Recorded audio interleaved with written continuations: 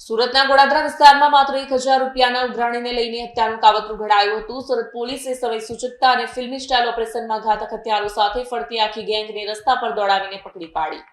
ગોડાદરા વિસ્તારમાં માત્ર 1000 રૂપિયાની ઉઘરાણીને લઈને હત્યાનું કાવતરું ઘડાયું હતું. સુરત પોલીસે સમય સૂચકતા અને ફિલ્મી સ્ટાઇલ ઓપરેશનમાં ઘાતક હથિયારો સાથે ફરતી આખી ગેંગને રસ્તા પર દોડાવીને પકડી પાડી હતી.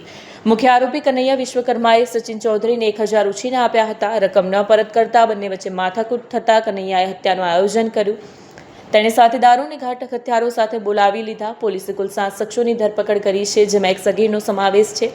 પકડાયેલા આરોપીઓમાં મનીષ ગુપ્તા, પ્રિયેશ દુબે, દીપક યાદવ, અમિત યાદવ, પ્રકાશ સોની અને અભિષેક યાદવનો સમાવેશ થાય છે. પોલીસે તેમની પાસેથી તીક્ષ્ણ હથિયારો કબજે કર્યા છે. આ કાવતરાનો મુખ્ય સૂત્રધાર કનૈયા વિશ્વકર્મા ફરાર છે, જેની શોધખોળ ચાલી રહી છે.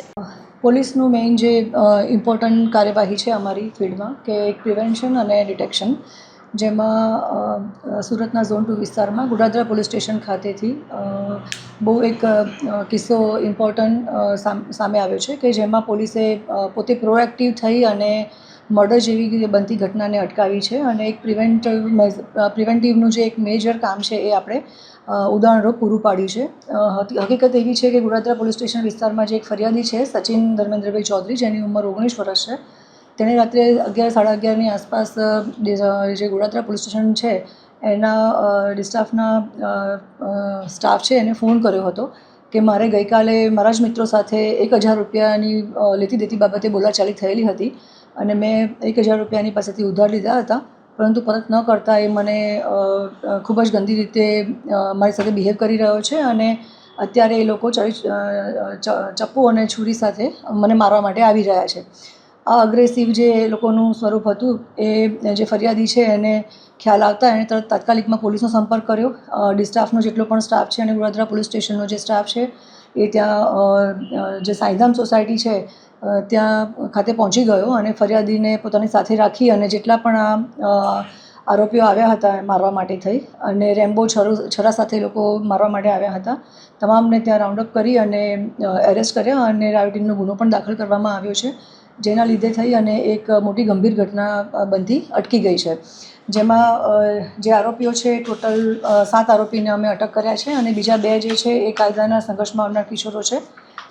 જે આરોપીઓ છે મનીષ ઉર્ફે કાલિયા, પ્રિયેશ ઉર્ફે રાહુલ, દીપક રામજીભાઈ યાદવ, અમિત ઉર્ફે બીડી રાકેશ યાદવ, પ્રકાશ ઉર્ફે વિકી, ફાયરિંગ વિનોદ પ્રસાદ સોની, અભિષેક ઉર્ફે બચ્ચી વિજયકુમાર યાદવ અને કાયદાના સંઘર્ષમાં આવનાર જે કિશોર છે, આ બધાનો જે ગુનાહિત ઇતિહાસ છે એમાં મેઇન જે છે એ મનીષ ઉર્ફે કાલિયા છે એના વિરુદ્ધમાં પણ લિંબાયતમાં બોડી ઓફેન્સીસ અને પ્રોહિબિશનના ગુના દાખલ થયેલા છે. ડિંડોલીમાં પણ ગુનો દાખલ થયેલો છે. પ્રિયેશ ઉર્ફે સાહુલ દુબે છે એના વિરુદ્ધમાં પણ ગોડાદરા અને લિંબાયતમાં જીપી એક્ટ કલમ 135 મુજબ અને 379 મુજબ પણ ગુના દાખલ થયેલા છે. આરોપી દીપક છે એના વિરુદ્ધમાં પણ ગોડાદરા પોલીસ સ્ટેશનમાં ગુના દાખલ થયેલા છે અને અમિત ઉર્ફે બીડી રાકેશ યાદવ એના વિરુદ્ધમાં પણ સારોલી અને ગોડાદરા પોલીસ સ્ટેશનમાં ગુના દાખલ થયેલા છે.